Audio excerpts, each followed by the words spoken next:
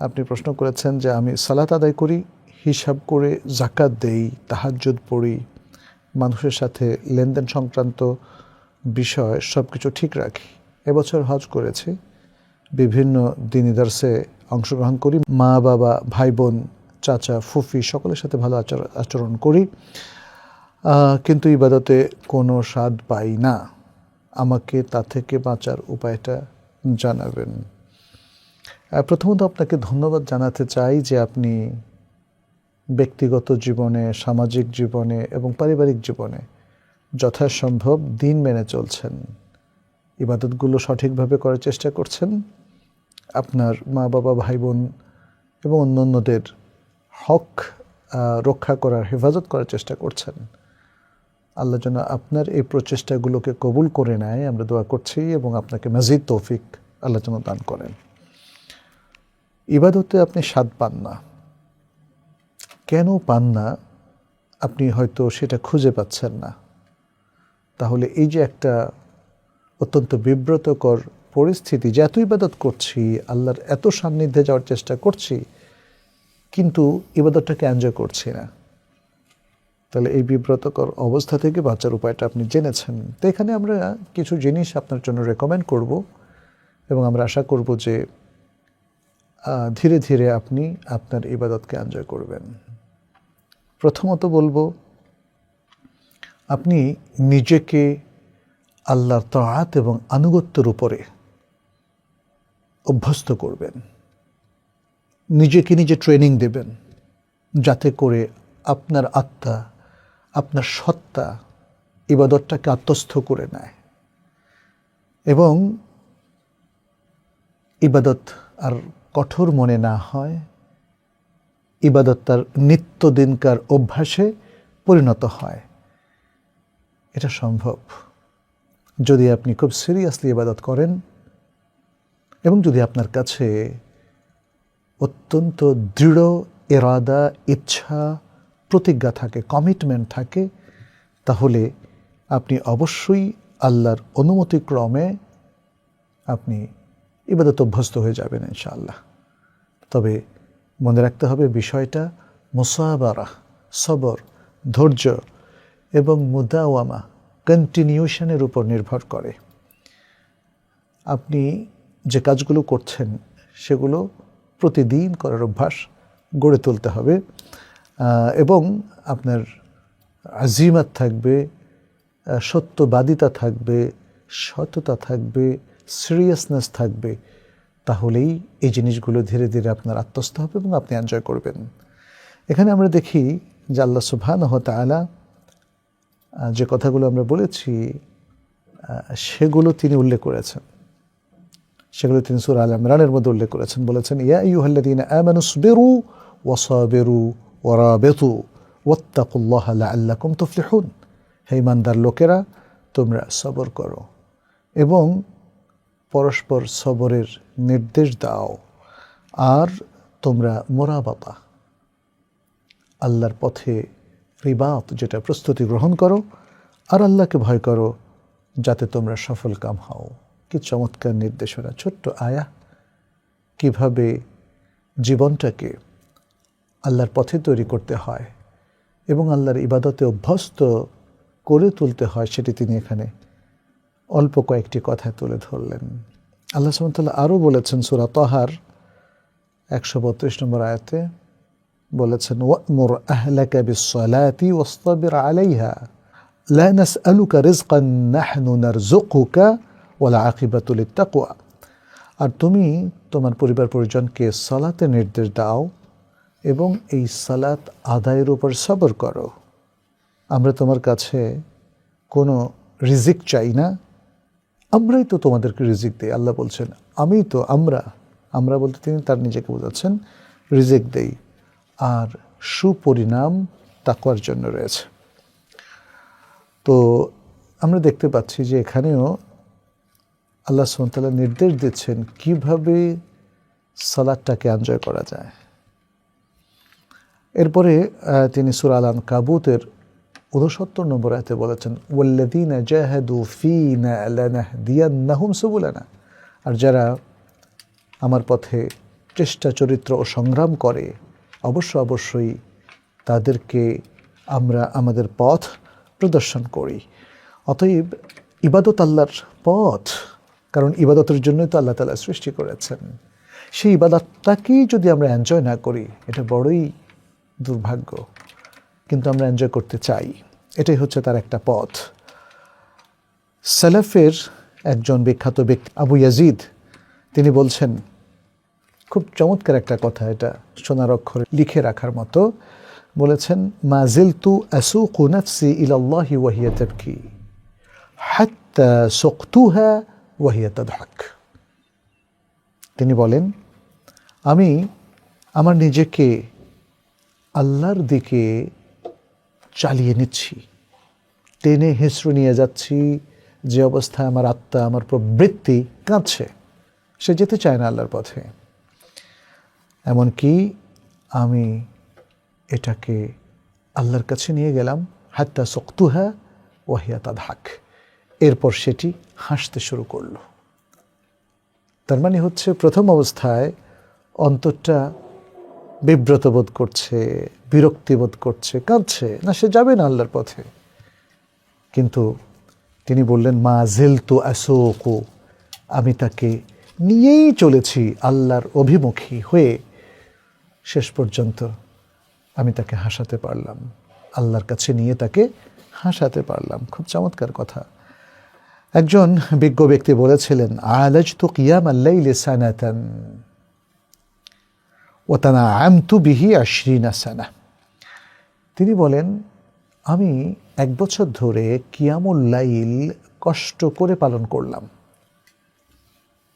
এরপর 20 বছর ধরে কিয়ামুল লাইলকে এনজয় করলাম। তানাআমতু মানে এনজয় করলাম, ভালো লাগলো, আমার কাছে পড়তে ভালো লাগে। ইবনু রাজব তার মজমু রাসাইল ইবনু রাজবের মধ্যে উল্লেখ করেছেন চমৎকার আরেকটি কথা। বলেছেন, ওয়ালাম আন্না নাফসাকা বিমানজিলাতি দাব্বাতিকা, জেনে রাখো তোমার নফস, তোমার আত্মা, তোমার প্রবৃত্তি তোমার পশুর মতো, অর্থাৎ যেটা তোমার পরিবহন হিসাবে কাজ করে।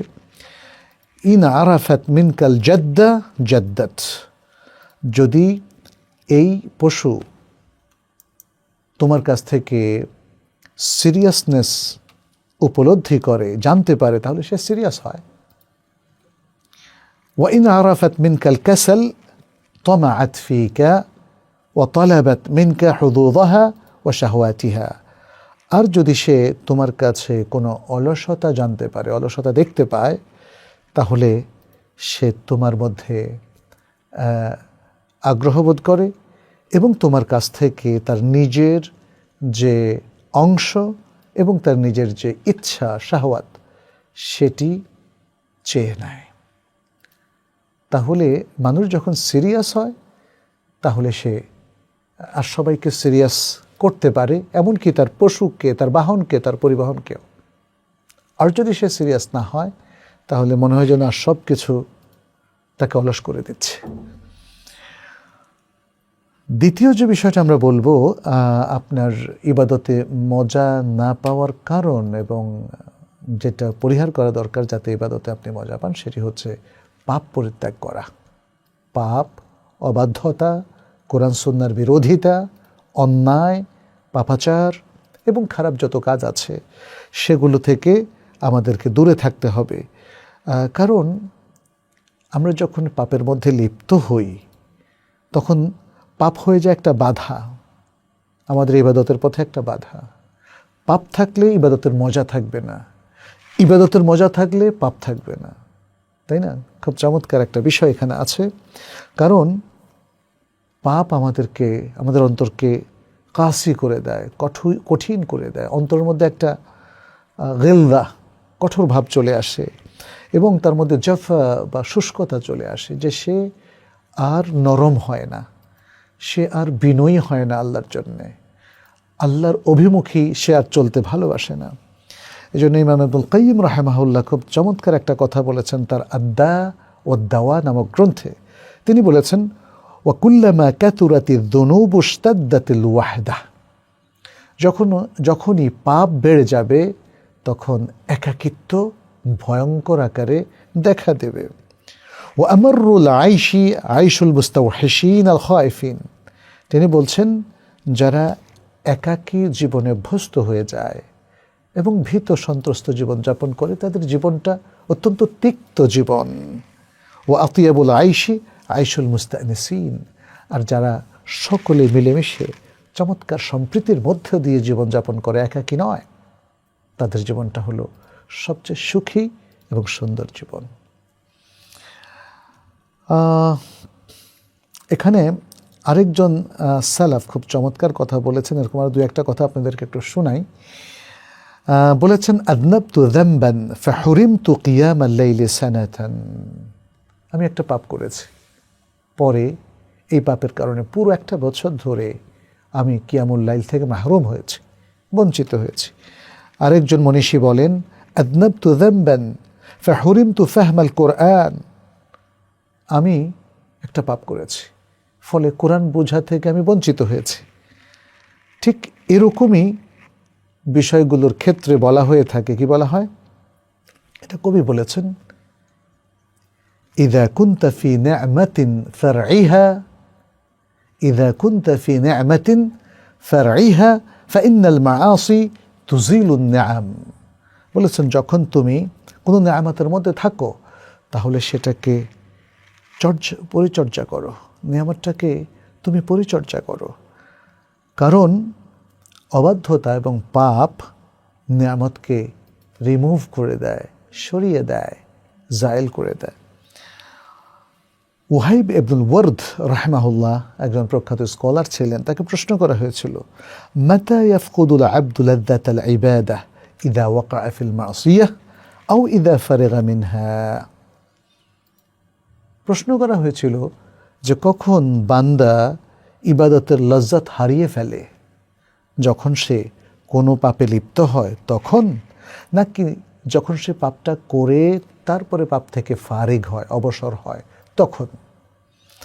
ক্বালা, তিনি বলেছিলেন ইয়াফকুদু লাযযাতাল ইবাদাতি ইযা হাম্মা বিল মাসিয়াহ, যে যখন কোনো ব্যক্তি কোনো পাপ কাজ করার ইচ্ছা পোষণ করে তখনই সে ইবাদতের লজ্জাত এবং মজাটা হারিয়ে ফেলে।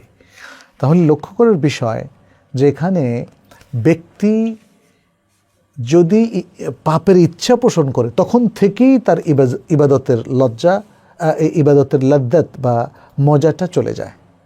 তাহলে যখন সেই পাপের মধ্যে সম্পৃক্ত হয়ে যায় তখন আরও বেশি মজা চলে যায়, ইবাদতের মজা।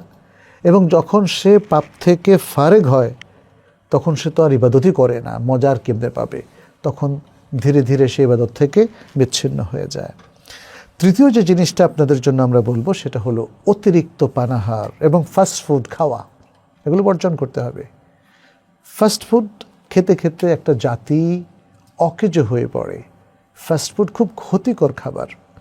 এছাড়াও আমরা বলবো অতিরিক্ত খাবার খাবেন পরিমিত, এটাকে ব্যালেন্সড ডায়েট বলা হয়। পরিমিত খাবেন, সুস্থ থাকবেন, ভালো থাকবেন, শরীর ভালো থাকবে, মেন্টাল হেলথ বা মানসিক স্বাস্থ্যটাও ভালো থাকবে।